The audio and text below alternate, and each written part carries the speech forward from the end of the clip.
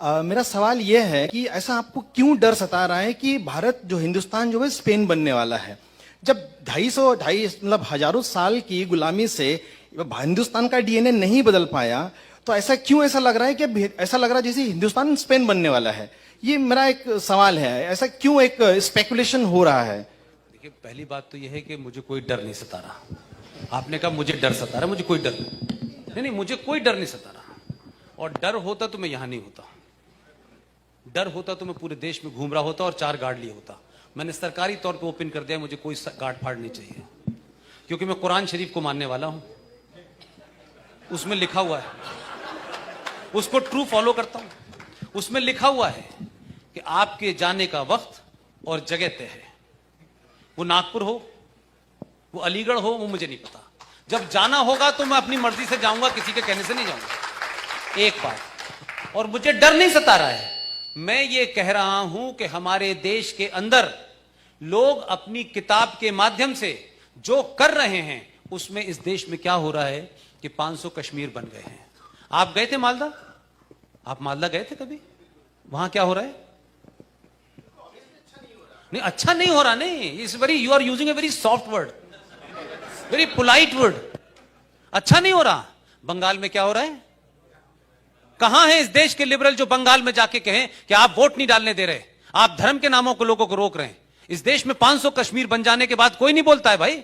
इस देश में अखलाक नाम के एक आदमी को कोई भीड़ के लोग मार देते हैं, इस देश की मेजोरिटी खड़ी हो जाती है कि यह गलत करा इस आदमी के साथ, अपनी ही लोगों के खिलाफ कंडेम करते हैं।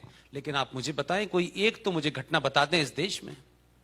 अंकित को भी मारा, नारंग को भी मारा, कल परसों त्यागी को भी मारा। एक सच्चा मुसलमान पैदा नहीं हुआ यह कहने वाला कि यह गलत हुआ है, हम इसके खिलाफ हैं।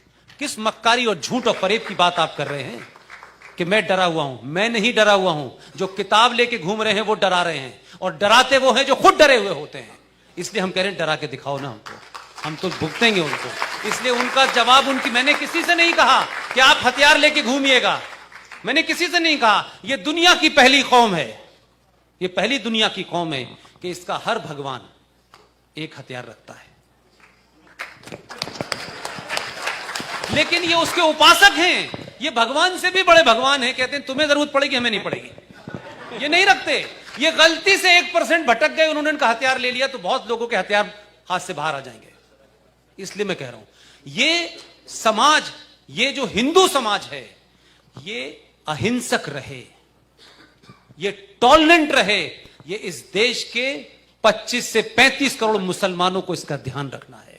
अगर उन्हें यह गलतफहमी हो गई है कि सरे बाजार कुछ लोगों का मर्डर कर देंगे, कत्ल कर देंगे और डर पैदा कर देंगे, तो ध्यान रखिएगा, पूरी दुनिया में जो आतंकवाद की फिलॉसफी है वो मेजॉरिटी आतंकवाद सक्सेसफुल होता है, माइनॉरिटी नहीं होता है।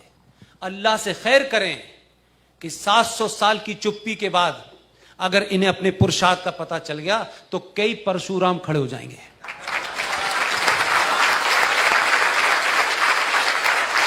1% भी गलती से भटक गया तो जो टेरर का खेल खेल ले ना, वो लूडो खेलना भूल जाएंगे।